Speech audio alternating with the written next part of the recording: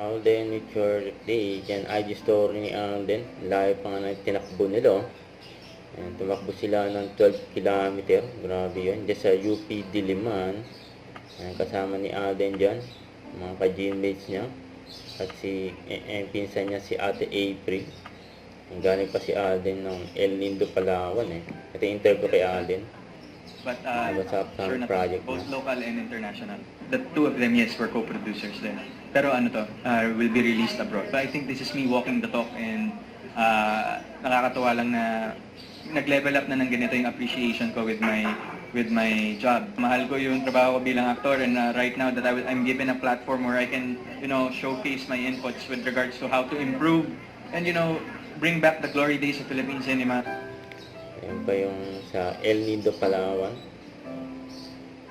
Nagit pa nga siya ng camera, si Alden eh. Kasama sila Kuya Robby.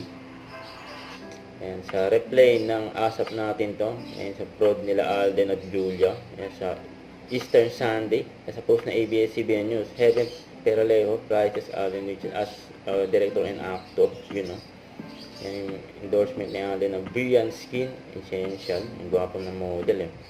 Huwag kalimutan mag-subscribe, click ang notification bell para na-update na po ang Richard Reaction Vlog. Bye guys, thank you for watching.